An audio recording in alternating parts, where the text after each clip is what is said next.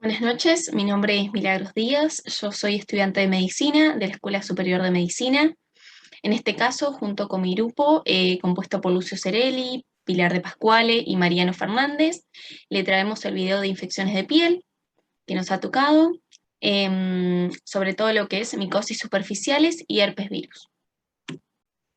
Bueno, para comenzar un poquito hablando acerca de hongos, primero definir, por ahí traer algunos conceptos un poco olvidados ya de ADN. Para definir un poquito lo que son los hongos, son un grupo de microorganismos compuestos por células eucariotas que, según la biología, pertenecen al reino fungi, bien, y cuya característica es que tiene una alimentación heterótrofa, ¿bien? O sea que obtienen su nutrición y energía a partir de materia orgánica, que recordemos, esto lo diferencia de otros organismos que son autótrofos, los cuales obtienen su energía a través de materia inorgánica. Bien, bueno, ahora sí ya adentrándonos más en lo que son micosis, es importante saber que tenemos 4 clasificaciones. Las primeras, como bien se puede ver en la diapositiva, tenemos las superficiales, que son aquellas regiones más externas de la piel y el cabello. Después las cutáneas, que ya sí afectan la capa con queratina de la piel, cabello y uñas. Después subcutáneas, afectan las capas más profundas, tejido subcutáneo, las córneas. Y las sistémicas, que ya tal vez son más raras, que suelen ser causa de enfermedades graves en pacientes inmunocomprometidos, ¿sí? Y como diría algún profesor, no hace micosis sistémica quien quiere, sino quien puede. Bien, acá para hablar un poquito de la pared celular, de los hongos, está compuesta por quitina y glucano. La quitina tal vez es lo que más la diferencia de lo que son las plantas, que en vez de quitina ellos tienen celulosa, y después tenemos la membrana celular, que está compuesta por ergosterol, que tal vez sería similar al colesterol y es el lípido principal de la membrana. Y bueno, estos organismos pueden ser unicelulares o multicelulares. Después tenemos una división, ¿sí? Los podemos encontrar como hongos o como levaduras. Como bien dice la diapositiva, los hongos tal vez son organismos más multicelulares, están formados por hifas, ¿sí? Forman colonias, y las levaduras son unicelulares, se reproducen por fisión o gemación, bien, y tal vez ya forman colonias más redondeadas y pálidas. Bueno, ahora para finalizar con esa introducción pequeña de lo que son los hongos, vamos a hablar un poquito acerca de los fármacos que vamos a ir utilizando a lo largo de esta diapositiva para las distintas patologías, ¿sí? Bueno, como dijimos, los hongos son células eucariotas, ¿no? Entonces acá vamos a ver la célula eucariota con organelas muy similares a lo que son nuestras propias células, las células humanas. Lo más importante de esta diapositiva es ubicarnos aquí a la derecha, arriba, nuestra célula eucariota, y ver cómo los distintos fármacos van afectando las organelas o las paredes, ¿bien? Nosotros sobre todo nos vamos a enfocar en lo que son aquellos, los azoles, que son los que inhiben la síntesis de ergosterol, que como dijimos es el principal lípido de la membrana de los hongos, sobre todo lo que es fluconazol e itraconazol. Después la crisofulvina, que actúa en los microtúbulos e inhibe la mitosis. Y después, bueno, por ahí vamos a mencionar a la anfotericina B, perdón, que bueno, afecta la función de la membrana, que es un polieno, pero bueno, en este caso no sería importancia, sería un dato color nomás. Bueno, aquí nuevamente pusimos en cuadritos aquellos fármacos que van a ser más utilizados. Bueno, acá como podemos observar, colocamos algunos cuadritos especificando para que nos quede más vistoso aquellos fármacos que vamos a utilizar. Del grupo de los polienos, bueno, como mencionamos, la anfotericina tal vez no va a ser la más nombrada, pero por ahí es importante quedar con el datito. Sí vamos a hablar un poquito de la nistatina. Después del grupo de los azoles, es importante saber que tenemos 2 grupos y dentro de ellos se subdividen. Tenemos los imidazoles y los triazoles, y bueno, respectivamente dentro de cada uno, el ketoconazol y traconazol. Dentro del grupo de las alilaminas tenemos a la terminafina, y bueno, después otros que vamos a utilizar son el pirox, y la grisofulvina, que bueno, estuvimos hablando recién. Bien, bueno, aquí en esta diapositiva colocamos algunas características que debería tener el antifúngico tópico ideal, ¿sí? Bueno, algunas de ellas para mencionar: tiene que tener acción fungicida, o sea, es decir, impedir el crecimiento de los hongos, por mencionar alguna otra, de venta libre, que tenga una buena tolerabilidad, escasa producción de efectos adversos, buena relación costo-eficacia, bien lo que venimos hablando en fármacos. Bueno, vamos a hablar un poquito del grupo de los polienos. Como dijimos, acá vamos a encontrar a la nistatina, ¿sí? Pero bueno, para caracterizar un poquito los polienos, ellos van a actuar en lo que es la pared celular, ¿sí? El ergosterol, sobre todo específicamente. Bien, genera la formación de canales por los cuales la célula pierde iones y moléculas carbonadas, ¿sí? Y además activaría otros mecanismos oxidativos y determinadas funciones de linfocitos, como la secreción de linfoquininas. Es decir, al fin y al cabo lo que hace es generar la destrucción de la célula. Bueno, y acá específicamente para las nistatinas, que después, bueno, mis compañeros le dirán exactamente para qué se utiliza. Por ahí, para dar un spoiler, es para la la cándida mucocutánea, ¿sí?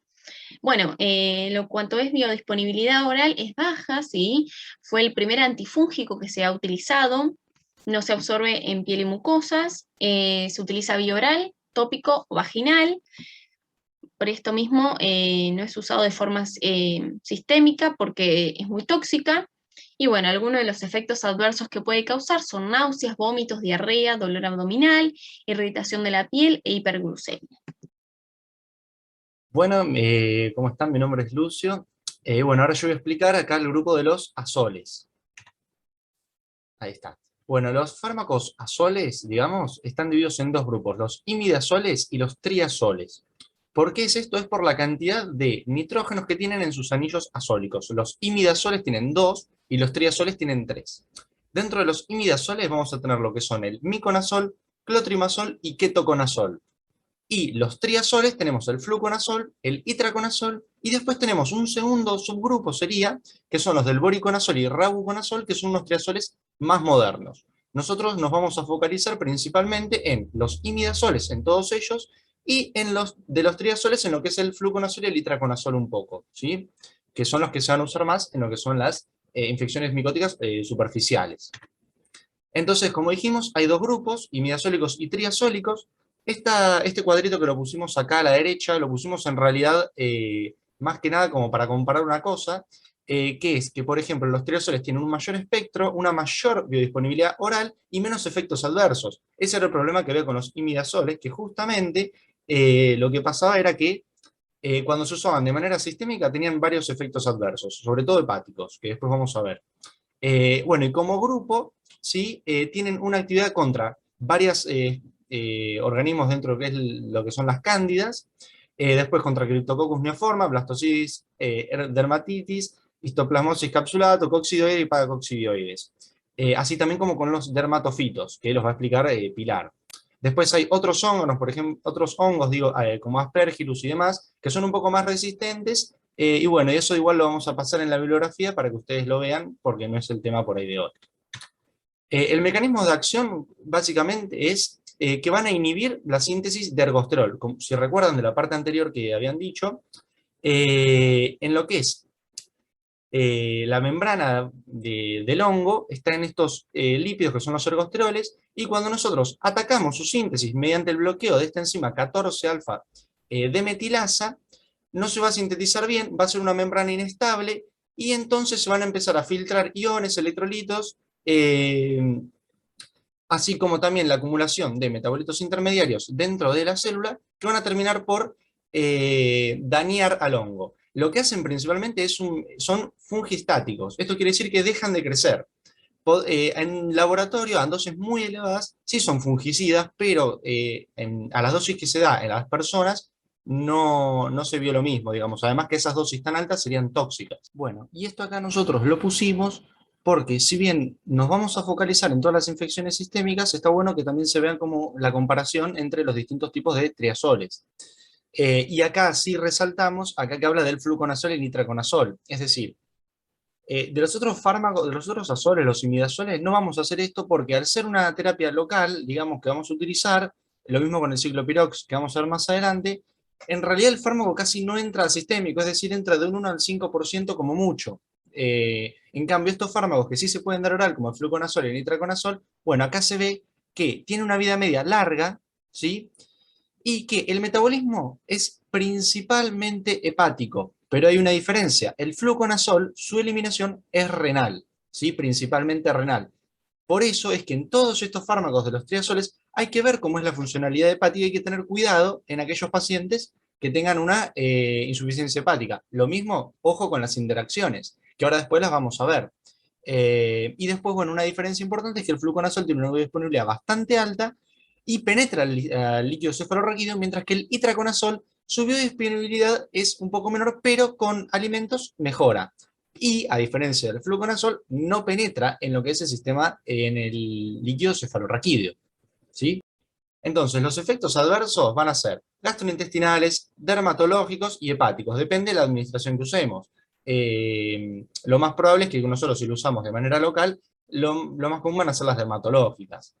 Y después son con estos fármacos de uso sistémico, digamos como el voriconazol, itraconazol, fluconazol, que ahí sí puede haber signos como cefalea, va a haber vómitos, náuseas, alteraciones en la visión, fiebre, demás, ¿sí? Después, acá abajo, como dice, con los antifúngicos y imidazólicos, los efectos adversos son escasos, ¿sí? Porque ¿qué es lo que pasa? Se terminan dando tópicos. Antes sí, por ahí, si querían usar de manera sistémica, tenían muchos efectos adversos. Las interacciones. En este cuadro es un quilombo. Lo importante para nosotros es quedarnos con que estos fármacos inhiben el metabolismo de otros. ¿Qué quiere decir cuando los inhiben? Significa que si nosotros estábamos tomando un fármaco, por ejemplo, la warfarina duraba cierto tiempo, ¿sí? Porque había una enzima hepática que lo que iba haciendo era, le iba sacando el efecto, le iba deshaciendo para poder eliminarlo. Estos fármacos, ¿qué hacen? Inhiben ese metabolismo, entonces hace que la warfarina, por ejemplo, dure más tiempo en el plasma y por ende tenga más efecto. Es decir, podemos pensar que va a tener más hemorragias. Nosotros acá en este cuadro que está en el Goodman, marcamos los fármacos que nosotros fuimos viendo durante el año, ¿no? Por ejemplo, el Pirenona, el Losartán, el sildenafil un poco vimos, warfarina, etc. Esto igual lo van a encontrar en la bibliografía y también la que le vamos a pasar a ustedes. Bueno, y después, ¿qué pasa con las embarazadas? Bueno, los orales a dosis altas no deben ser usados. El voriconazol directamente no hay que usarlo, y los azoles tópicos sí pueden ser usados. Y depende, por ejemplo, en el caso que después vamos a ver de la sonicomicosis, hay que ver, porque de última se puede esperar que la paciente tenga el hijo, si haya sido el parto, termine la lactancia y recién lo podemos tratar. Es decir, estas enfermedades superficiales no suelen ser enfermedades graves, como por ahí sí podría ser una infección superficial bacteriana. Bueno, ahora vamos a hablar sobre el grupo de las alilaminas. Las alilaminas son un grupo de fungicidas. Está compuesto principalmente por la naftifina y la terbinafina. La terbinafina va a ser más importante para las infecciones de piel, vamos a ver más adelante. Actúan inhibiendo la enzima escualeno 2,3 epoxidasa, lo que hace que se reduzca la biosíntesis del ergosterol. Como habíamos visto antes, el ergosterol reemplazaba el colesterol en la membrana celular del hongo, es decir, que en vez de tener colesterol como tenemos nosotros, tienen ergosterol, y entonces, al inhibir la biosíntesis, se pone en peligro la integridad del hongo. La terbinafina es una lilamina sintética. Actúa, como dijimos recién, interfiriendo en la biosíntesis del ergosterol, entonces así los hongos no pueden crecer. La administración es oral o tópica, vamos a ver más adelante que la que más se utiliza es la oral, por el simple motivo de que en los agentes tópicos existen los azoles, como vimos antes, que son más baratos. La biodisponibilidad es del 40%, ya que pasan por el metabolismo hepático del primer paso, pero si se le suma la comida, se alcanza hasta un 60%. Tienen alta unión a proteínas, una vida media de 12 horas y alto volumen de distribución, lo que quiere decir que se acumulan mucho en tejidos a veces. Se puede detectar en las uñas hasta 90 días después de interrumpir el tratamiento y se acumula también en la piel y en grasa. Por eso son tan útiles para este tipo de enfermedades. Bueno, tienen metabolismo hepático y eliminación por orina. Como vimos recién, se puede utilizar para el tratamiento de los dermatofitos, sobre todo los que afectan la piel, no la piel, sino las uñas y el cabello. Para la piel se utilizan generalmente los tópicos, y por el tema del precio que dijimos recién, ¿no? Los efectos secundarios son bastantes, pero suelen ser bien tolerados, o sea, son bastantes, pero inusuales. Cuando se utilizan en forma tópica, irritación, urticaria, erupciones. En cambio, cuando se utiliza oral, bueno, los gastrointestinales, después cefaleas, mareos, elevación de transaminasas, a veces algunas bibliografías hablan de hepatotoxicidad, un rash inespecífico, urticaria, prurito, síndrome de Stevens-Johnson, neutropenias y disfunción hepática. Y bueno, si aparecen irritaciones en la piel, rash o hipersensibilidad, se retira el fármaco y se administra el tratamiento sintomático a lo que sea que haya aparecido. En el embarazo no se da, a no ser que el beneficio supere los riesgos, pero cuando se trata, por ejemplo, de onicomicosis, que es algo que no es una urgencia, se puede esperar hasta después del parto, siempre y cuando no se dé en la lactancia materna. Y bueno, ahora vamos a hablar de otros fármacos que, como vimos antes, quedan afuera de grupos específicos, son en medios sueltos, pero que también cumplen buenas funciones en las infecciones de piel. La primera es la crisiofulvina. Es un fungistático, actúa interactuando con los microtúbulos polimerizados, rompiendo el uso mitótico, inhibiendo la mitosis fúngica, o sea que los hongos no se pueden reproducir.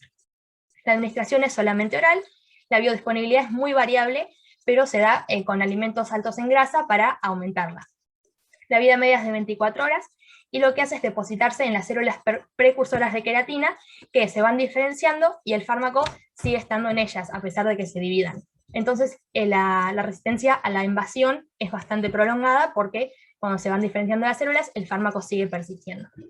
Su espectro se restringe a los dermatofitos y se utiliza para las tiñas que afectan cabello o uñas, porque son las que ya no pueden utilizar tratamiento tópico, porque son resistentes, entonces se utilizan fármacos orales.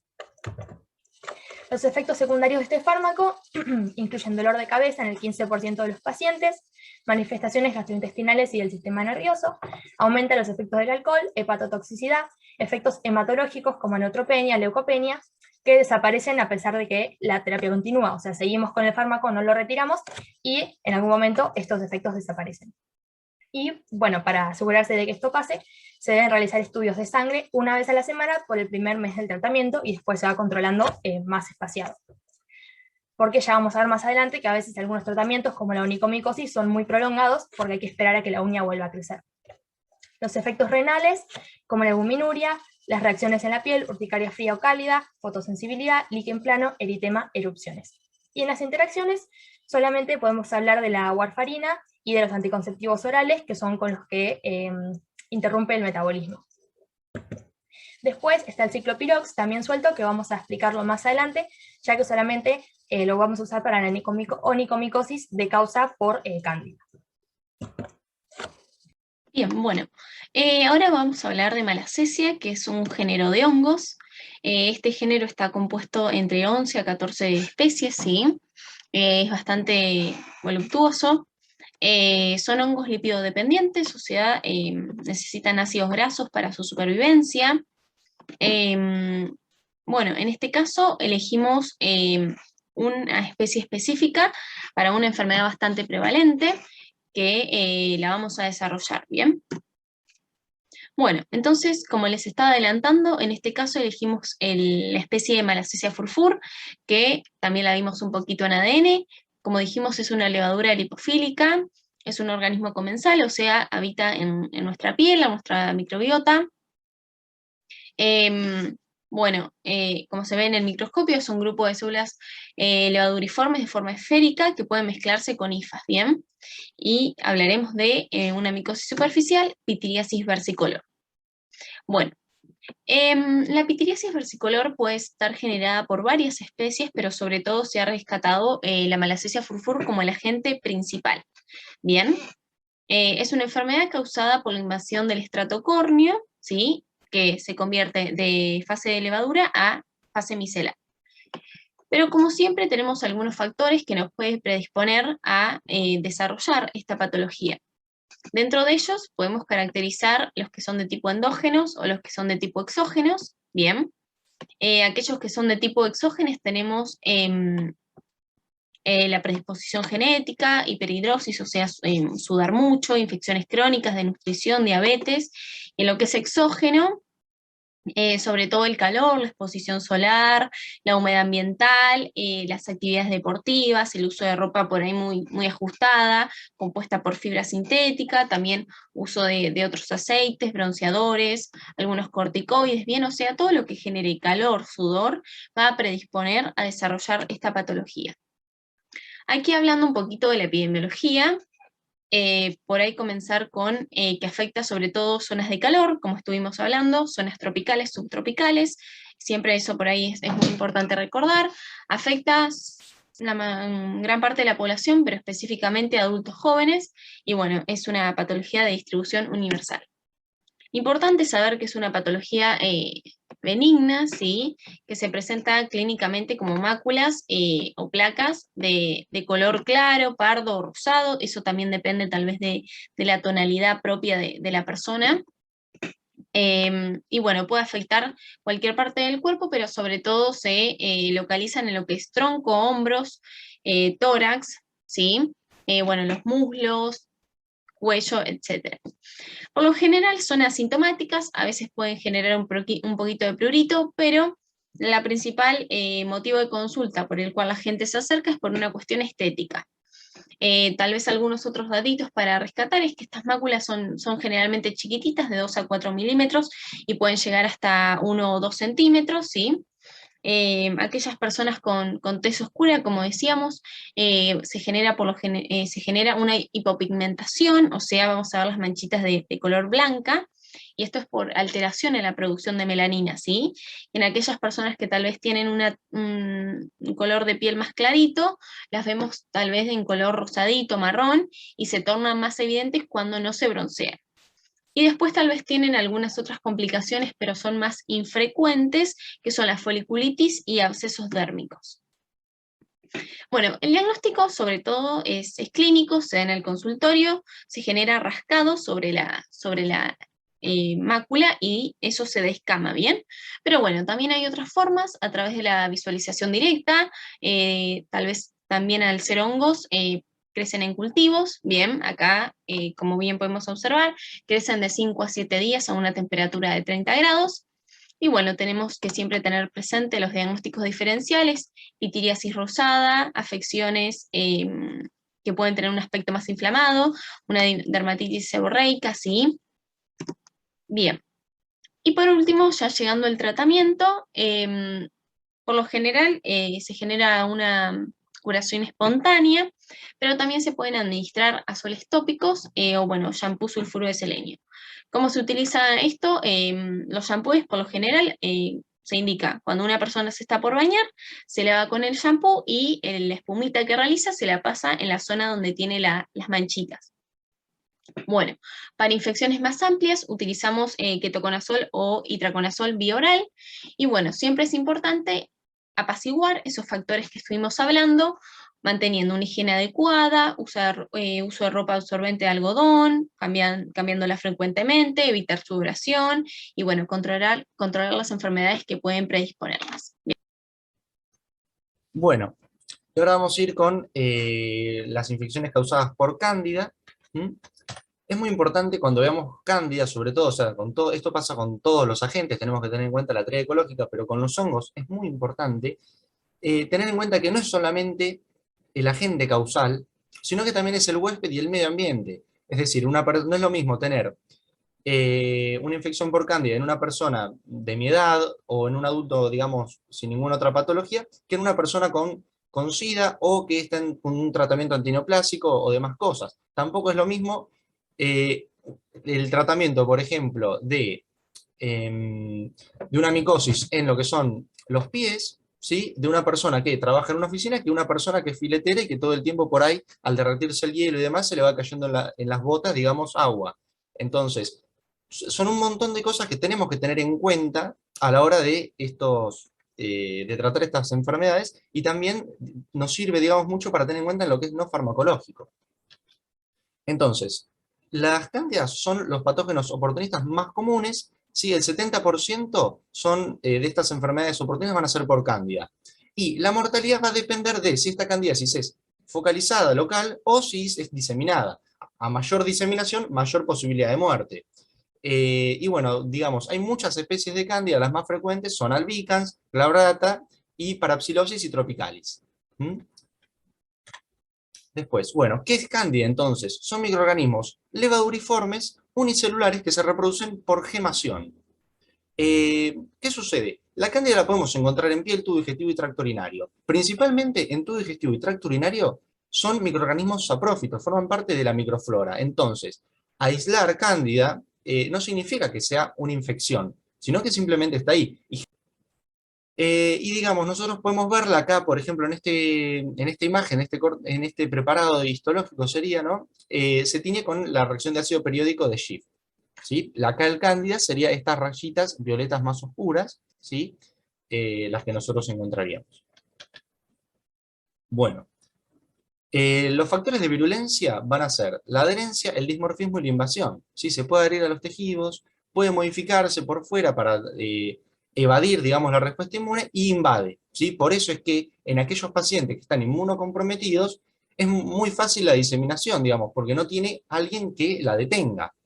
Entonces, además de esto, el contagio puede ser por dos vías, endógeno o exógeno. Acá no es como, por ejemplo, puede pasar con los virus, que es exógeno. Acá es endógeno, es decir, hay algún problema en nuestra inmunidad que permite, ¿sí?, que tengamos la infección. Cuando yo digo problema en la inmunidad, no es que solamente hablo, como decía antes, de los inmunocomprometidos. La inmunidad también tiene que ver con barreras anatómicas, ¿sí? O, por ejemplo, con la humedad o la sequedad de una mucosa o la piel, como vamos a ver después, por ejemplo, en las dermatitis del pañal. Entonces, como dijimos de nuevo, el principal determinante de la gravedad es la respuesta inmune del huésped. No es lo mismo que yo tenga cándida a que una persona con SIDA la tenga. ¿Mm? Eh, Bien, y después, bueno, varios factores de riesgo.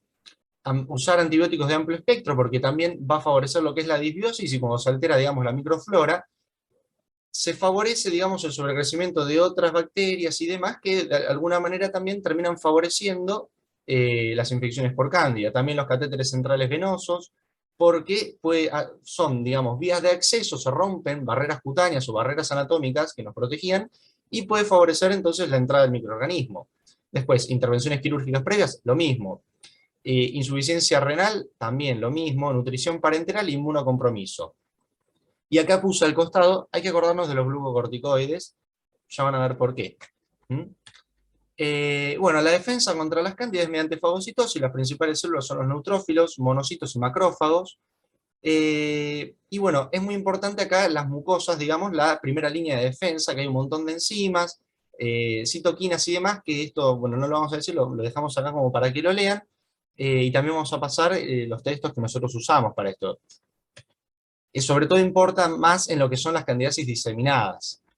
Y entonces, mediante la clínica, la candidiasis la podemos dividir en tres tipos, según la bibliografía que encuentren. Nosotros usamos el Cecil, que puede ser diseminada, mucocutánea y focal. El diagnóstico de todas estas enfermedades va a ser clínico, sobre todo las que vamos a ver nosotros hoy acá. ¿Sí? También podemos usar microscopía directa y cultivo. Por ejemplo, microscopía directa sería como la reacción de Schiff que vimos antes. Y también, bueno, podemos obtener el material de raspado de la piel, de las uñas, un hisopado vaginal. Y bueno, también obviamente se puede cultivar, hacer cultivo de tinción de Gram y la prueba de beta de glucano. Entonces ahora vamos a pasar por lo que serían, digamos, las distintas presentaciones. Dentro de la mucocutánea tenemos una que es la orofaringia o muguet, ¿sí? Que son estas placas en la mucosa, paladar, faríngeo, o por ejemplo acá en los costados de los labios.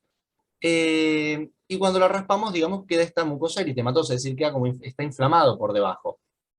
Y entonces, por esto acá traigo de nuevo lo de los glucocorticoides. ¿Se acuerdan que en el asma, cuando usábamos los glucocorticoides, digamos, en lo que eran los inhaladores vocales, ¿sí? Teníamos que enjuagar la boca porque podíamos favorecer que aparezcan estas situaciones. Y no es lo mismo el muguet en un paciente recién nacido, que es normal, que puede pasar, no indica un inmunocompromiso, que en un paciente adulto, ¿sí? De hecho, es uno de los marcadores de inmunodeficiencia a veces cuando aparece. Y puede progresar a lo que se llama una esofagitis por candidiasis. ¿Mm? Bueno, el tratamiento puede ser no farmacológico y farmacológico. El no farmacológico son estos enjuagues con bicarbonato o clorexidina. La clorexidina acá abajo puse, es un antiséptico, ¿sí? De acción bactericida y fungicida. Y después el fármaco que se utiliza, digamos, es una suspensión oral de nistatina. Estos son como buches de agua, ¿sí? No hay que tragarlo. Y acá tenemos puesto, estos lo sacamos de un consenso de la Sociedad Argentina de Infectología, donde indica, digamos, cómo se utiliza. Pero bueno, acá como ven, los miligramos cada hora y demás, durante 2 a 7 días. Después tenemos la candidiasis cutánea. La que dijimos antes era la mucocutánea. Esta es la cutánea. Y se suele producir en estas regiones donde hay pliegues, donde por ejemplo no llega tan bien la luz, o donde no llega tan bien el aire, o donde hay un poco más de humedad. Y son lesiones eritematosas, que pican, por eso pruriginosas, y pustulosas, es decir, que pueden tener algún material purulento. Además tienen estos bordes bien definidos y tienen estas lesiones satélites más pequeñas por afuera que ahora las vamos a ver. Esto lo diferencia de las tiñas que va a explicar Pilar. Ven acá el intertrigo. Ven cómo en este pliegue, no sé si se ve el cursor, ven cómo está esta lesión grande, ¿sí? Y a los costados se ven estas lesiones satélites, ven que son estos puntitos coloraditos, ¿sí? Lo mismo acá en las axilas, ¿sí? Y acá en este pliegue por debajo de lo que serían los testículos. Después tenemos la dermatitis del pañal, que forma parte de lo que vendría a ser también el intertrigo. Esto está relacionado con, digamos, la mala higiene por ahí, o con estar mucho tiempo ese pañal húmedo en contacto con el bebé. Hay que recordar además que, digamos, los recién nacidos o los lactantes son pacientes que no tienen su sistema inmune desarrollado por completo.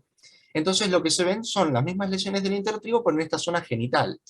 De igual manera, todas estas lesiones que nosotros estamos diciendo tienen diagnósticos diferenciales. En el caso de una dermatitis del pañal, no hay que dejar de pensar en lo que son dermatitis atópicas, dermatitis de contacto, irritativas o un impético bulloso. Por eso es que decimos que esto generalmente es la clínica, digamos, la que nos va a dar el diagnóstico. Y también, bueno, a veces algunos métodos complementarios. ¿El tratamiento cuál va a ser? Bueno, tenemos el clotrimazol y el miconazol y la terbinafina. Hay que acordarnos, ¿no?, que el clotrimazol y el miconazol son estos imidazoles, es decir, son los azoles del primer grupo, digamos. Y el mecanismo, ¿cuál era? Era el de inhibir la síntesis de ergosterol que iba a la membrana fúngica. ¿Cómo se usan estos medicamentos? Bueno, el clotrimazol, que es el que se vio que es más eficaz, por eso le pusimos acá las 4 signitos de más, se tiene que usar 2 a 3 veces por día por 3 a 4 semanas, en el área infectada y además 1 a 2 centímetros por fuera. Es decir, esto es importante en todas estas lesiones, no limitarnos solamente a la región que está eritematosa, sino a la parte externa, que también incluiría estas lesiones satélites. Y después también lo mismo con el miconazol, unas 2 veces por día por 2 a 4 semanas, y la terbinafina una vez al día por 1 a 2 semanas. El tratamiento no farmacológico es lo que ya veníamos diciendo: la higiene, secar bien, exponer al aire libre y cambiar el pañal regularmente.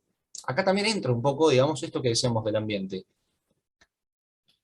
Bueno, después, acá tenemos también la cándida puede causar onicomicosis o onixis, que son estas uñas engrosadas, opacas, y onicólisis, que es, digamos, cuando se empiezan a romper. Y también tenemos lo que es la paronixia. ¿Qué significa esto? Es la infección de cándida, pero a los costados de las uñas, ¿sí? Ven acá, por ejemplo. ¿Cuál es el tratamiento? Bueno, el tratamiento se usa lo que se llama una terapia secuencial, sistémica, es decir, se empiezan a utilizar un conjunto de fármacos que, si bien uno podría pensar, bueno, son algunos fármacos y puede ser caro para el paciente, pero también lo que se ve es que no es solamente que sea caro para el paciente, sino que cuando se usa la terapia sistémica, de alguna manera, a pesar de que es caro para el paciente, quiero decir, abarata los costos de salud para el sistema de salud. Y se le suma también una terapia local, amplificadora, ¿sí?, que directamente ayudarían a conseguir una mejor penetración del tratamiento tópico, ¿sí? Vamos a estar tomando una terapia sistémica y también local de fármacos, junto con una terapia local amplificadora que va a favorecer, digamos, la penetración de estos fármacos. ¿Cuál sería esta terapia amplificadora? Bueno, la urea, ácido salicílico, también cuestiones, digamos, como ya más mecánicas, es decir, la operación superficial de esta uña, la abulsión total y la abulsión quirúrgica convencional, es decir, sacar la uña. Bueno, los tratamientos, ¿cuáles son? Tenemos el fluconazol, El itraconazol, estos dos hay que acordarnos que son los triazoles, es decir, los que también podemos usar de manera sistémica. Y ven que justamente son cápsulas o solución oral, acá tienen la dosis, y el tratamiento es muy largo, ¿sí? Es largo el tratamiento. Y también otra cosa además, es que muchas veces van a ver que en las propagandas hay cremas que las venden que servirían para la onicomicosis. Y esto no tiene eficacia porque estas cremas no llegan a penetrar la uña como para eliminar al hongo, sino que tiene que ser un tratamiento por vía sistémica, y una vez que nosotros usamos esta terapia amplificadora, podemos usar una terapia local con un fármaco que vamos a ver ahora. ¿Cuál es? El ciclopirox. El ciclopirox, acá ven, tiene un espectro de dermatofitos, levaduras, que acá estaría hongo, y algunas bacterias gram positivas y gram negativas. ¿Por qué matan bacterias? Porque justamente los hongos son seres vivos que están más evolucionados que las bacterias, es decir, que algunos fármacos que los pueden matar también terminan dañando componentes que se comparten filogenéticamente con otras bacterias. Y la actividad va a ser por el bloqueo transmembrana de nutrientes, ¿sí? Y también interfiere con la síntesis de ARN y ADN. No, a diferencia de los otros fármacos, no daña lo que es la pared celular, pero sí penetra las uñas. Los efectos adversos van a ser acá prurito, ardor, puede empeorar los síntomas, irritación o eritema, ¿sí? Es decir, lo esperable con todos estos fármacos tópicos son esos, es la irritación del lugar. Y bueno, las contraindicaciones va a ser la hipersensibilidad, el uso en lugares inadecuados, es decir, que algo que es para la uña lo terminamos usando en la boca, y después, en cuanto al embarazo, es de tipo B, no hay estudios, y en la lactancia materna no se sabe qué pasa. El tratamiento, dijimos, con ciclopirax es local, se usa una laca, es decir, una laca es como un esmalte, y se coloca, ¿sí? Y se saca al menos una vez por semana. Y según el mes, lo vamos a terminar usando con una diferente cantidad de tiempo en el medio. En el primer mes es una vez cada 48 horas, en el segundo mes, 2 aplicaciones por semana, ¿sí? Y en el tercer mes, una vez por semana. No hay que usarlo por más de 6 meses. Después tenemos otra de las infecciones por cándida, la vulvovaginitis.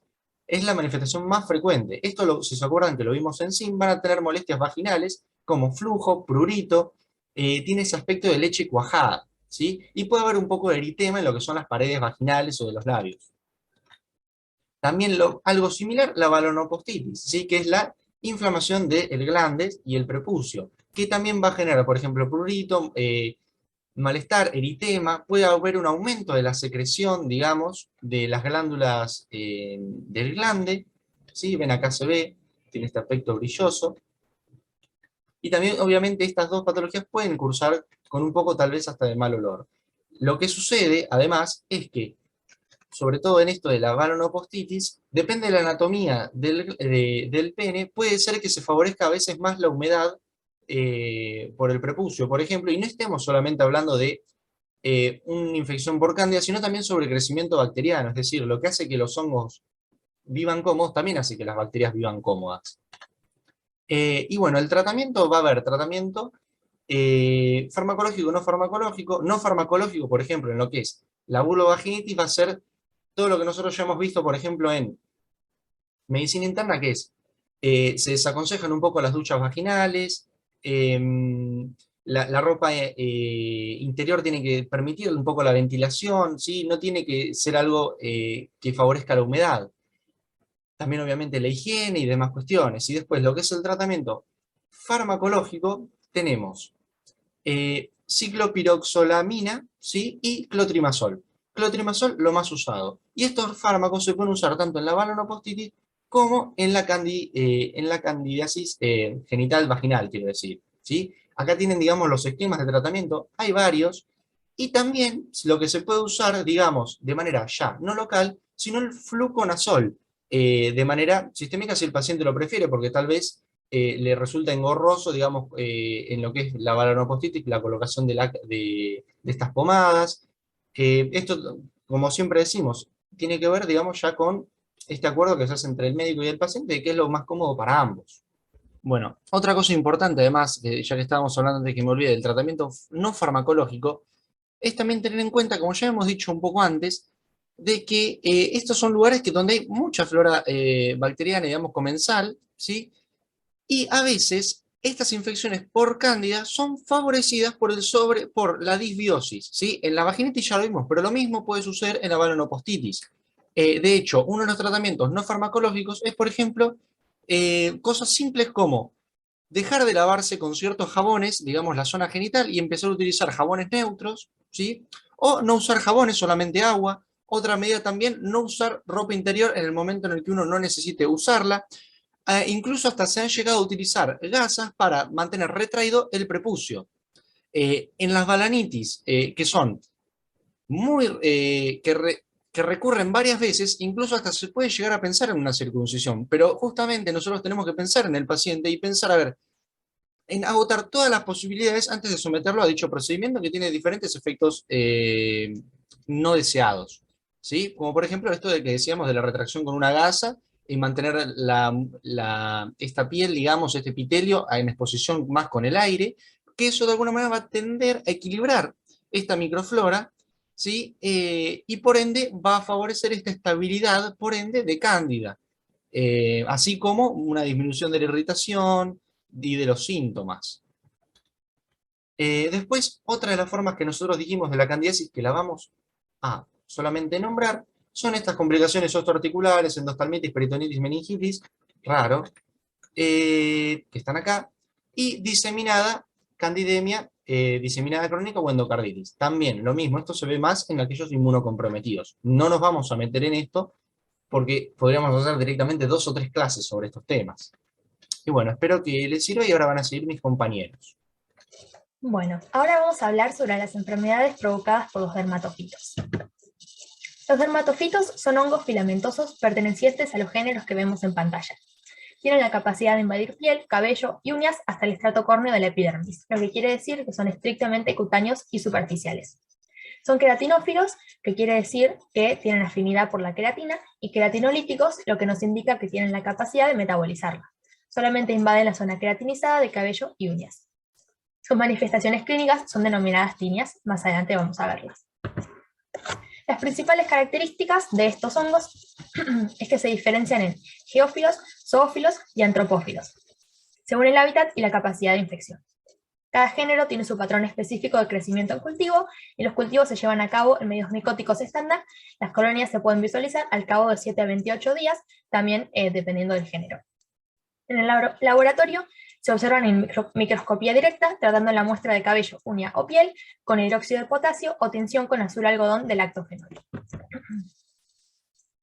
¿Cómo nos infectan? Bueno, la forma de contagio es a través del contacto directo con personas infectadas, suelos, animales o indirectamente a través de fomites contaminados.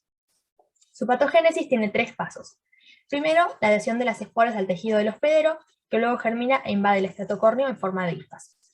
Luego, la invasión del tejido, que cuando se trata del cabello, puede ser en patrón ectótrico, que quiere decir en la superficie del cabello, como vemos en la imagen A, endótrico, que quiere decir que por adentro del cabello, en la imagen B, o fábico.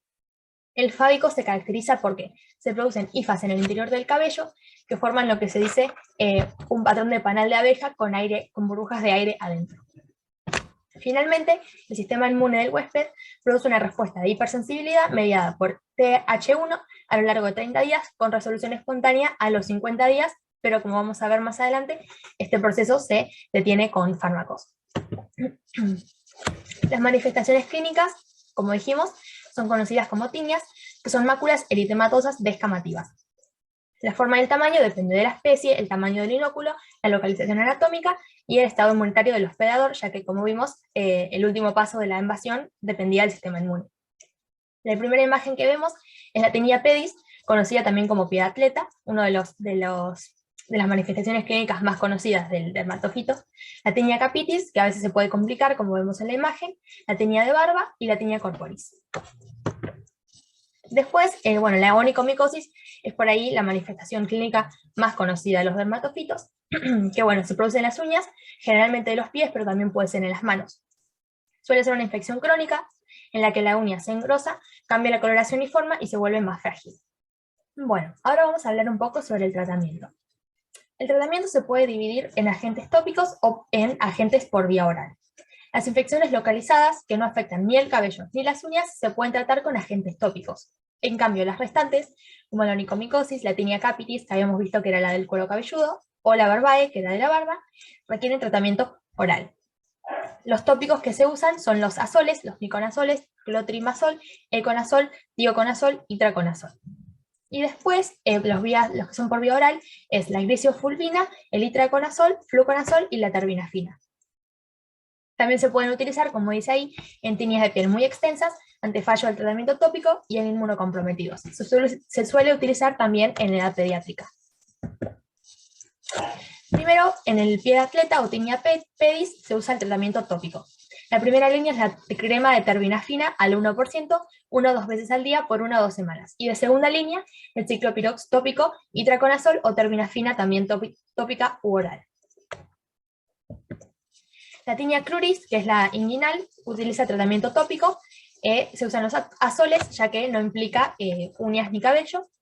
Se usa el cotrimazol, 2 o 3 aplicaciones al día por 3 o 4 semanas. Ketoconazol, 1 aplicación al día por 2 o 3 semanas. O miconazol, 1 o 2 aplicaciones al día por 2 o 4 semanas. La segunda línea es la terbinafina, que sería 1 aplicación al día por 1 o 2 semanas, que como es más cara, no suele utilizarse, se prefieren los azoles. La tinea corporis utiliza exactamente el mismo tratamiento que el anterior. Después, pasando a los que utilizan fármacos orales, la tinea de la barba utiliza gliciofulvina, 500 miligramos diarios. Y como coadyuvante se puede usar, por ejemplo, shampoo, que no cura la infección, pero previene el contagio. Después, la tinea capitis o de cuero cabelludo también utiliza gliciofulvina, 500 miligramos diarios por 4 semanas, que es superior al fluconazol e igual de eficaz que el itraconazol y la terbinafina, pero mucho más barato. Después pasamos a la onicomicosis. La onicomicosis por dermatofitos requiere de terapia secuencial. Entonces, empezamos con ciclopirox o amorolfina tópicos por 1 mes, seguidos de itraconazol oral en pulsos de 3 meses y por último, terbinafina continua oral por 3 meses. La terbinafina se considera la primera línea y se deben tomar 250 miligramos diarios, a veces hasta las 12 semanas por la poca irrigación sanguínea del área. Por último, algunas consideraciones sobre el tratamiento de la onicomicosis. Primero, que las uñas pueden seguir teniendo un aspecto anormal, incluso después de una terapia eficaz, porque las uñas nuevas tardan entre 9 y 12 meses en volver a crecer. Este crecimiento y eficacia de la terapia se puede monitorear de 2 formas. Primero, con un monitoreo fotográfico, es decir, sacando fotos secuencialmente para evaluar cómo va creciendo la uña, o marcando la uña con un bisturí en el extremo proximal de la distrofia. Entonces, a medida que la uña crece, si la anomalía de la uña permanece distal a la marca, entonces no se requiere más terapia. Y por último, se debe realizar un examen de la piel y uñas en todos los pacientes que tengan infección por tinea para identificar el grado de la afectación y los posibles reservorios de dermatofitos. Bueno, ¿qué tal? Mi nombre es Mariano Fernández y bueno, en esta parte del video vamos a continuar con las infecciones de piel, bueno, en particular las causadas por los virus, ¿sí? Vamos a desarrollar el virus herpes 1, 2 y 3, que es el de la varicela zoster. Bueno, para empezar hacemos un repaso rápido por lo que son los virus, ¿sí? Sabemos que son parásitos intracelulares obligados. Esto significa que necesitan de una célula para utilizar su maquinaria y poder reproducirse. Son generalmente compuestos por un genoma de ADN o ARN, en particular el herpes virus es ADN, ahora más adelante vamos a ver las características. Bueno, pueden ser de doble cadena, monocatenarios, los virus, pueden estar envueltos por una envoltura lipídica, ¿no? Que bueno, esta envoltura muchas veces les sirve como factor de virulencia, ¿no? Como proteger, como un mecanismo de protección, ¿no? Bueno, por supuesto que a lo largo del tiempo fueron desarrollando distintos mecanismos para adaptarse al ambiente y para poder reproducirse y continuar, ¿no? Existe una discusión que ya creo que está desde hace un tiempo un poco terminada de esta situación, si se puede considerar un virus un ser vivo o no, y Bueno, generalmente se dice que no, porque bueno, no llegan a conformar una célula en sí, sino que son un parásito, como decíamos antes, ¿verdad? Que requieren de una célula para poder subsistir, ¿verdad? Pasando, bueno, un poquito ya a lo específico de la clase, que son los herpes virus. Bueno, se van denominando del 1 al 8 en base a el momento que fue descubierto cada uno. El virus del herpes simple, tanto el 1 como el 2, lo vamos a desarrollar hoy, y al 3 también, que es el de la varicela zoster. Bueno, características de estos virus tienen un genoma ADN, tienen una envoltura, acá vamos a ver un poquito la estructura, ¿sí? Bueno, vemos el genoma ADN, ¿no? La cápside, tenemos la envoltura, esta protección lipídica que hablamos hoy, ¿sí? Tiene la particularidad de que cuando se comparan con otros virus, el herpes virus es de gran tamaño, es un virus grande. Y a su vez los herpes virus tienen subfamilias. Estos tres virus que vamos a desarrollar hoy son de la familia alfa viridae, ¿sí? Bueno, como le comentaba hoy, fueron los primeros, el virus del herpes 1 y 2 en ser descubiertos, en ser identificados. La forma de transmisión que tienen, ¿sí? Van a diferir un poquito, tanto el virus 1 como el 2. El virus simple, el virus del herpes simple 1, como dice la filmina, acostumbra a contagiarse por contacto bucal, ¿no? O sea, puede ser por contacto directo, por un beso, por ejemplo, o por compartir utensilios, ¿no? Como puede ser un vaso, como puede ser un cepillo de dientes, o bueno, frecuente también en Argentina, que es compartiendo el mate, podría ser una vía de contagio también. Y el virus del herpes simple 2, su forma de transmisión es particularmente más por contacto sexual. También el virus del herpes 2 es más frecuente en lo que es la transmisión de vía vertical.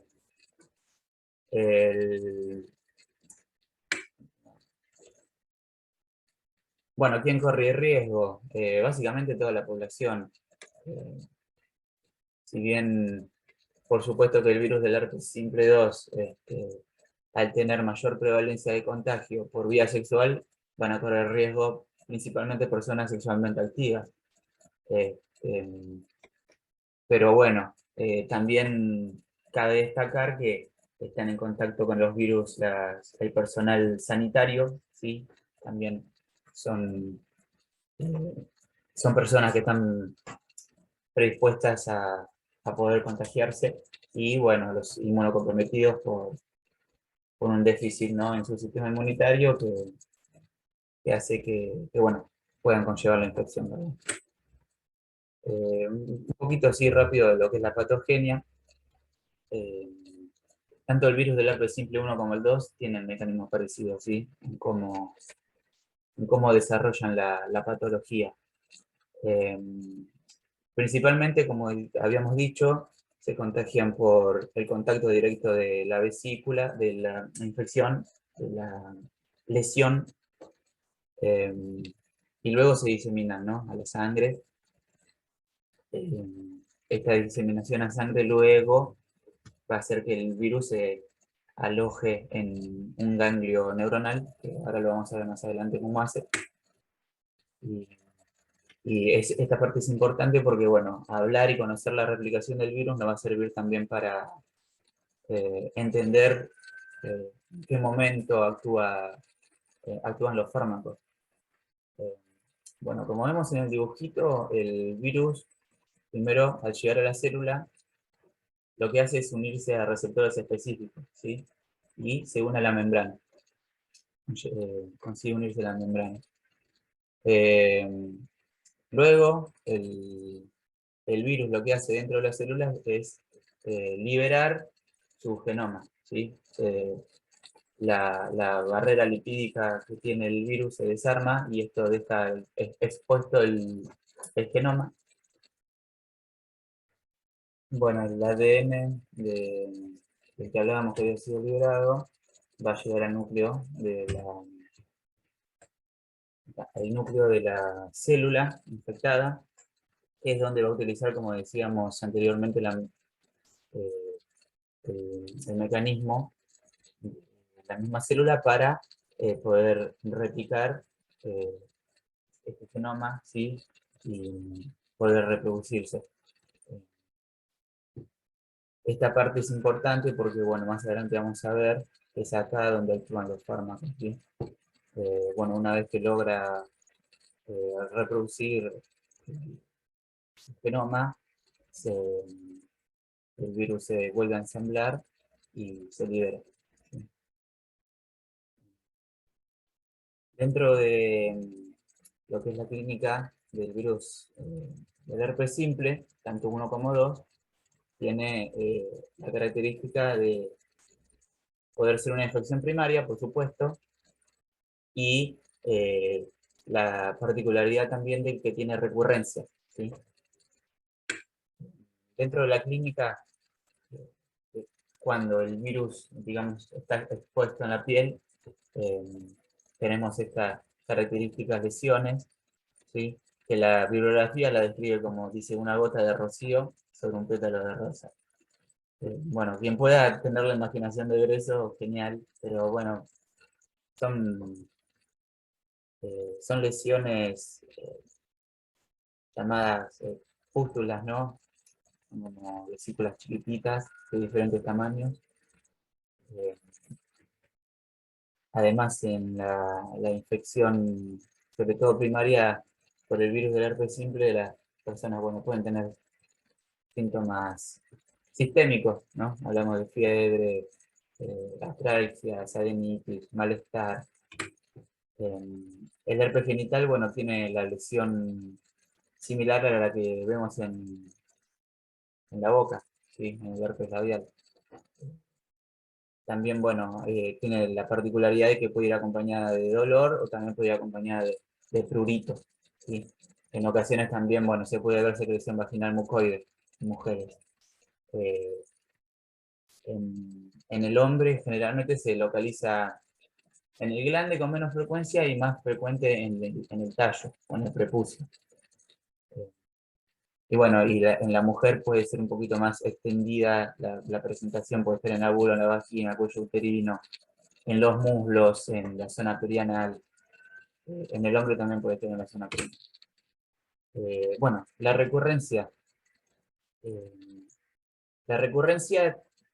Vamos a ver, tiene el virus, luego de infectar y generar lesiones en la piel, tiene la capacidad de alojarse en un ganglio neuronal, ¿sí? Se transporta hacia el ganglio neuronal y lo que hace en ese ganglio es mantenerse en una fase de latencia. El ganglio a su vez le sirve como protección, porque cuando está alojado en ese ganglio los fármacos y el sistema inmunitario no lo pueden eliminar al virus. Entonces es un mecanismo que tiene, un factor más de virulencia que tiene el virus. Bueno, las recurrencias del virus del herpes simple generalmente tienen una presentación clínica más corta, ¿sí?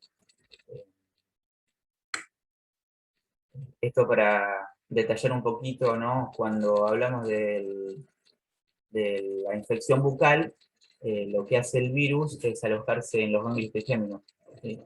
En los ganglios trigéminos del tepal craneal, mediante conducción retrógrada, ¿sí? Logra alojarse aquí. Y en la infección genital, se aloja en los ganglios sacros. Bien, ahora hablamos de la presentación clínica, ¿no? Primaria, cómo se contagia, y esta capacidad que tiene el virus de alojarse, ¿sí? En el ganglio neuronal. Ahora, ¿qué hace que cuando el ganglio esté alojado en fase de latencia, pueda volver a recurrir, ¿sí?, hacia la piel? Bueno, hay una serie de factores, acá los tenemos detallados. Principalmente hablaba la bibliografía de que el estrés emocional es uno de los principales desencadenantes, y acá yo me reía porque, bueno, tiene la particularidad del libro de indicarnos estrés emocional y entre paréntesis nos pone exámenes finales. O sea, supone que son situaciones de mucho estrés. Bueno, la nutrición, algunos alimentos, ¿sí?, la inmunodepresión, por supuesto, también pueden desencadenar la recurrencia. El diagnóstico del virus del herpes simple tiene dos formas principales, ¿no?, que son como el gold estándar de hacerlo, que uno es mediante el test de SANG, es un frotis que se hace en las lesiones, y en base a esto se pueden ver efectos citopatológicos que son característicos del virus, ¿sí?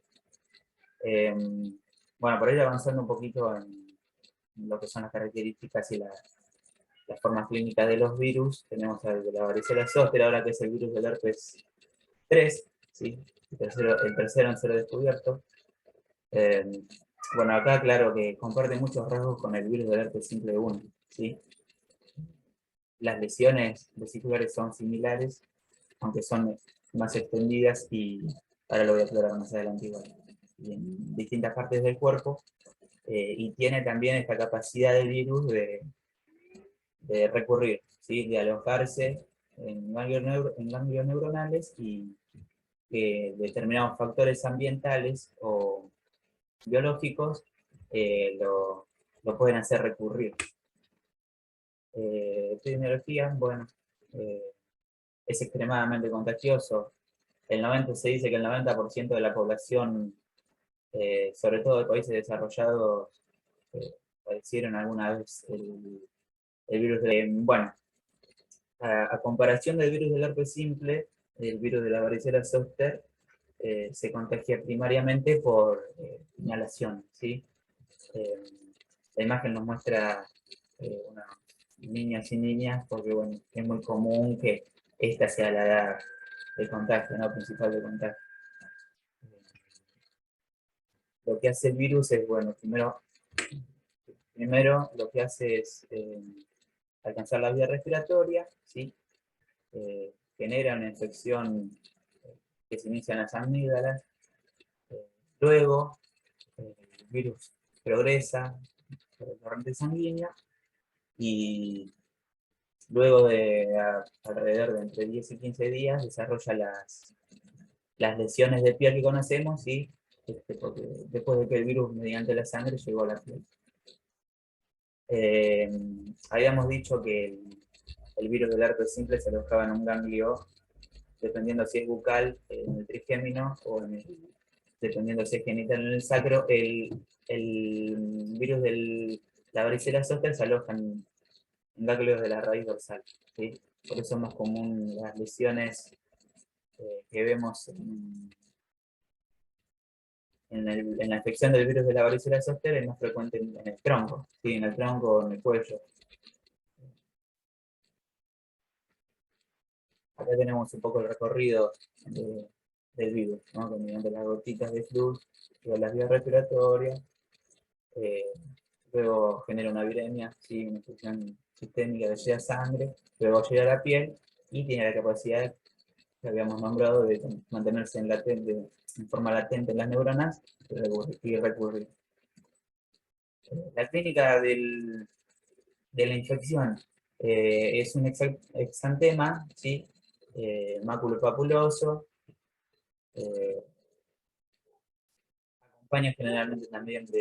acompañado generalmente de fiebre, ¿sí? Y bueno, si bien las lesiones pueden aparecer en miembros superiores, en la cara, generalmente están más extendidos en el tronco, ¿sí?, del cuerpo. Esta lesión, que bueno, vemos acá arriba, esta esta lesión se genera una costra. Esto no quiere decir que toda la presentación de la infección sea mediante costras o mediante pápulas o exantema, sino que puede haber distintas lesiones de distintas características en un mismo momento. En cualquier momento se puede observar todas las fases de las lesiones cutáneas, ¿sí? Y es más prevalente en la cabeza y el tronco, ¿sí?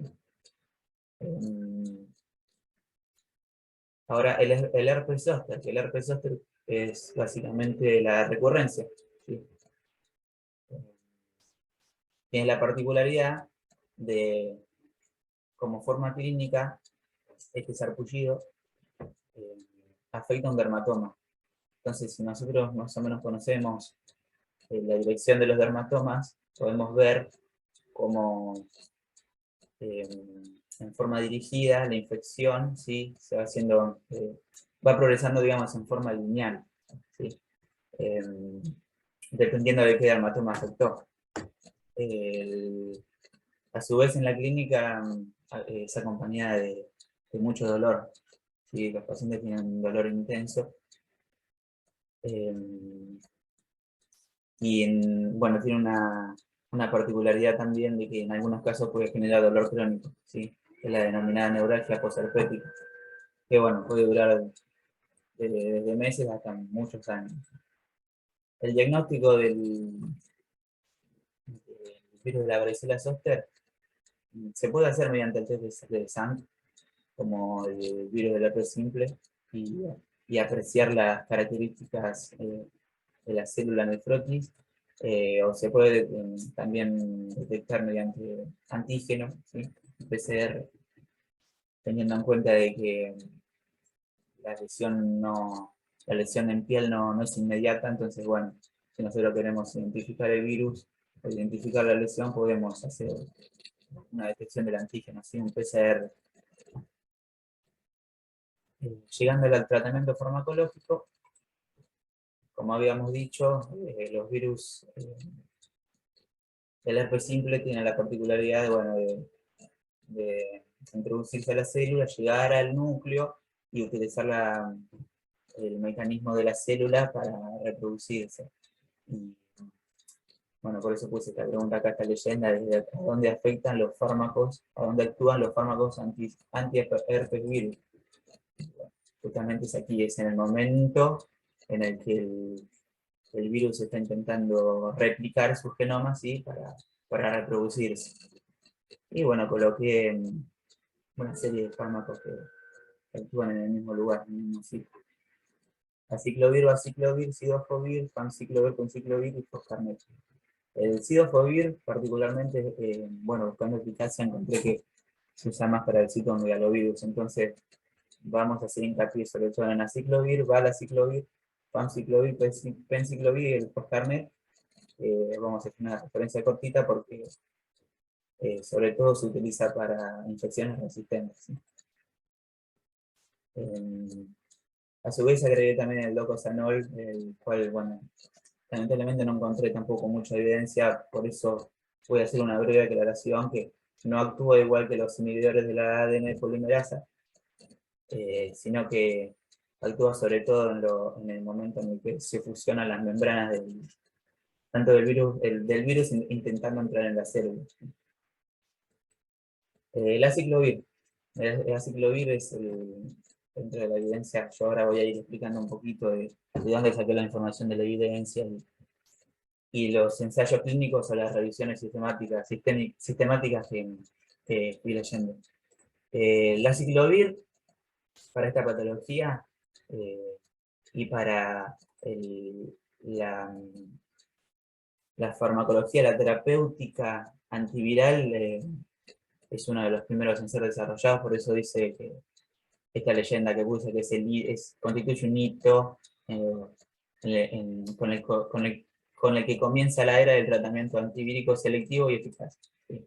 Este fármaco, ahora más adelante lo vamos a ver, demostró eficacia antivírica y para algunos objetivos terapéuticos en particular. Tiene formas de administración, ¿no? intravenosa, que ahora, bueno, voy a hacer la salvedad también, la intravenosa, que se usa particularmente en determinados pacientes, no para cualquiera. La oral, ¿sí? Es la que más se utiliza, y la tópica, bueno, ahora más adelante voy a explicar un poquito que no tiene una gran eficacia clínica, pero bueno,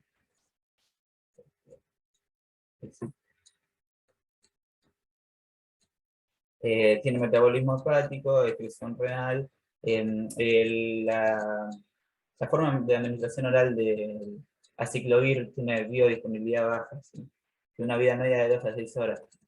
Esto está bueno conocerlo, por supuesto, para poder después hacer una comparación con los otros y en base a la conveniencia poder realizar un tratamiento, ¿no? Tiene interacción con el metotrexato, el aciclovir, lo que hace es potenciar el metotrexato. Por eso es importante también consultar qué otros fármacos está consumiendo el paciente. Y dentro de los efectos adversos se habla de que, bueno, generalmente es bien tolerado, ¿sí? Pueden aparecer náuseas, cefalea, y bueno, dice que raras veces encefalopatía. En la aplicación tópica puede generar un poco de ardor, un poquito de dolor. Bien, el valaciclovir tiene mayor biodisponibilidad, ¿sí? El aciclovir actúan básicamente inhibiendo la síntesis, ¿sí? Para la síntesis viral, ¿sí? La forma de presentación principal del valaciclovir es oral. Y los efectos adversos son cefalea, náuseas, diarrea, nefrotoxicidad, ¿sí? Son un poquito más frecuentes que con el aciclovir. El famciclovir, el penciclovir. A ver, el famciclovir se halla estructuralmente relacionado con el aciclovir. ¿Qué pasa? El famciclovir es un profármaco, ¿sí? Lo que va a hacer es, mediante una síntesis, un proceso, ¿sí? Se va a transformar en penciclovir. Acá claro que es en la pared intestinal e hígado. Actúan igual que el resto de los dos anteriores que nombré, ¿sí? Inhibiendo la síntesis de ADN por parte del virus. El penciclovir viene en forma tópica, el famciclovir viene en forma oral. Recordemos que el famciclovir pasa por un proceso que luego se transforma en penciclovir, por tanto es importante que no puede ser local, ¿sí? Tiene que entrar al cuerpo y metabolizarse. Tiene una biodisponibilidad bastante alta, una vida media de 9 horas.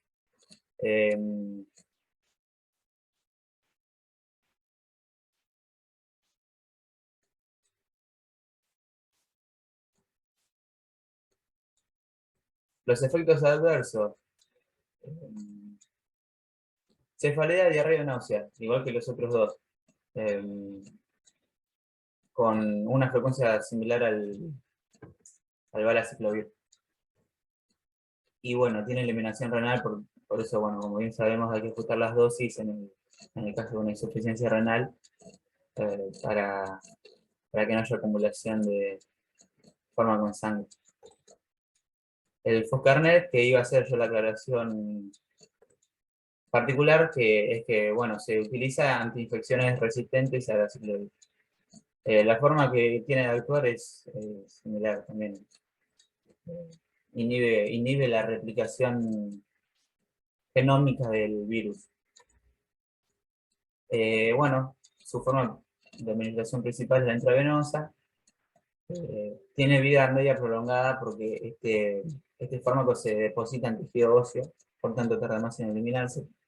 La vida media puede durar hasta 3 días. Efectos adversos tienen nefrotoxicidad, hipocalcemia, entre otros, ¿no? Bueno, quien quiere negarlo lo puede ir leyendo. El docosanol es el que habían nombrado, que bueno, tiene un mecanismo de acción diferente.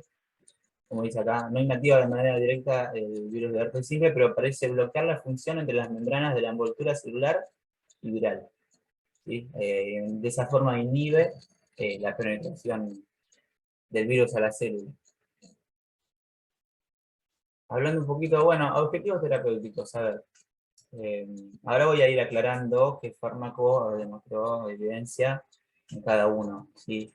Pero bueno, si nos planteamos objetivos generales, como siempre, hablamos de variables duras, ¿no?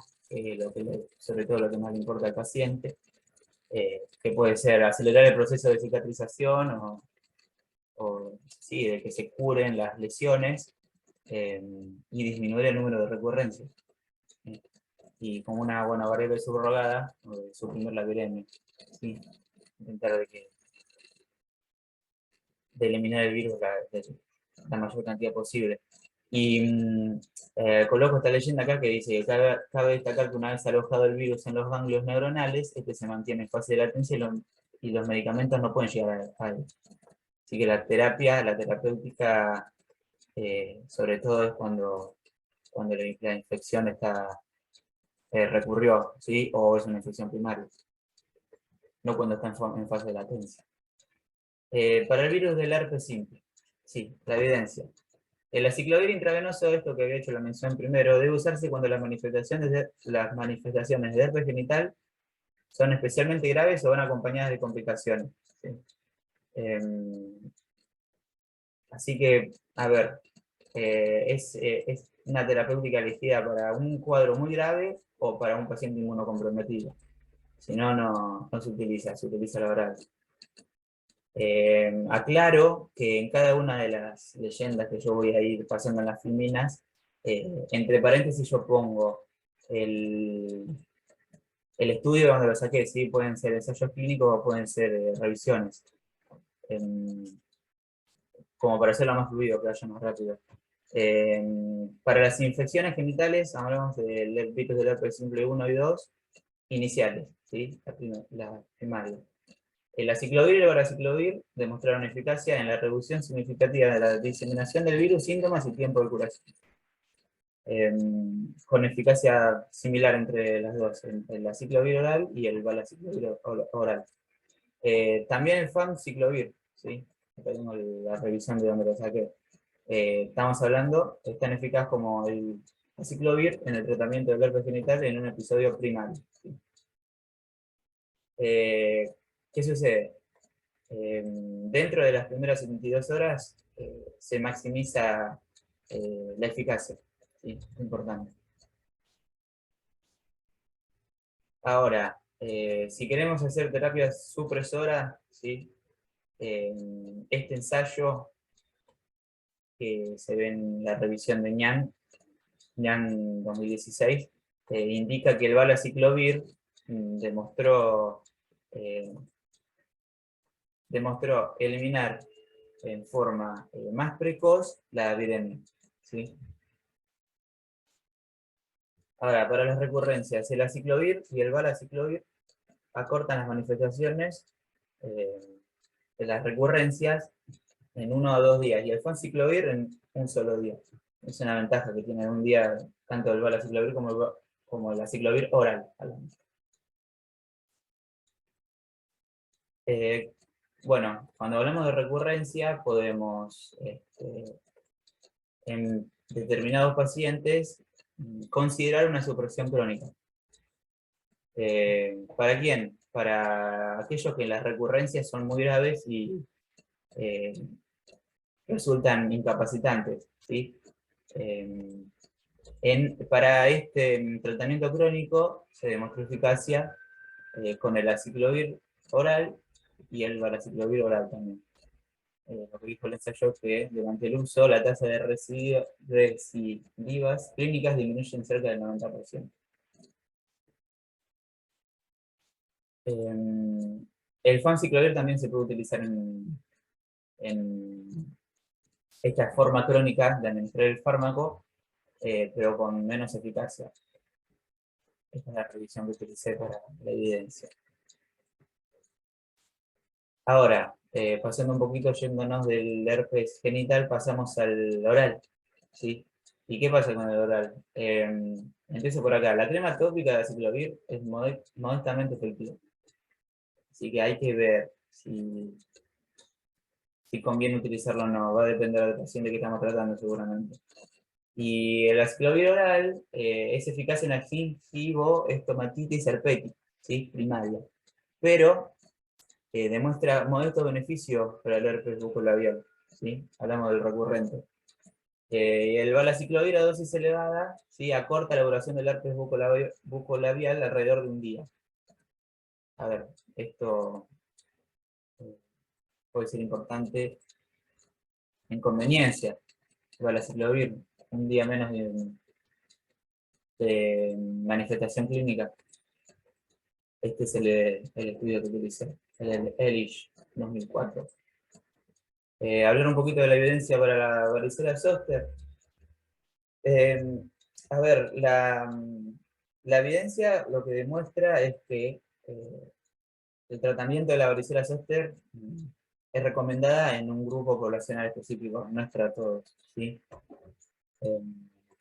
Estos son los casos en los que se recomienda, que son de edad de mayor de 50 años, igual o mayor de 50 años, un dolor que puede ser moderado o severo, ¿sí?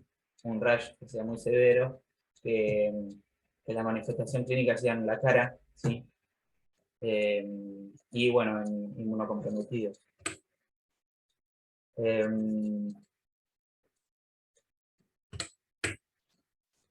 Bien, aciclovir, valaciclovir y fanciclovir aceleran la resolución de lesiones y reducen la formación de nuevas lesiones, ¿sí? Además, reducen la diseminación viral y disminuye la gravedad de dolor agudo. Este es un ensayo doble ciego, ¿sí? McKendrick, que lo que hizo fue en forma aleatorizada, ¿sí? Doble ciego, se utilizó aciclovir y un placebo, y lo que demostró es que dentro de las 48 horas de aparición de la erupción, ¿no? O sea, en forma dentro de los primeros 2 días de la manifestación, lo que hizo fue disminuir la diseminación viral. O sea, por eso consiguió que la formación de nuevas lesiones disminuya, que se acelere la pérdida de vesículas y la formación de costras disminuya también. Este estudio, el Trying, del 2000, lo que hizo con famciclovir es demostrar que en adultos inmunocompetentes, ¿sí? Con herpes zóster de 3 días de duración o menos, el famciclovir es tan eficaz como el aciclovir, ¿sí? O sea que estos efectos terapéuticos los podríamos conseguir con el famciclovir si tratáramos dentro de los primeros 3 días. Acá, claro, las distintas dosis que se utilizan, ¿sí? Para los objetivos terapéuticos. Y bueno, por supuesto que esto no podía dejar de destacar lo que siempre hay que hacer, una mención a la prevención, ¿sí? Cómo prevenimos el virus del herpes simple, bueno, y el virus de la varicela en particular, tenemos la vacunación, ¿sí? Pero, bueno, que no se transmita el virus del herpes simple en particular, bueno, también tiene mucho que ver con la educación del paciente, con la promoprevención, con la educación sexual, con un adecuado control del embarazo. Bueno, y coloco por último la bibliografía que usé, además de la que ya hice hincapié después de cada una de las evidencias para quien quiera indagar un poquito más y bueno, gracias por escuchar, nos vemos, espero que haya sido un poco útil para alguien, ¿sí? Hasta luego.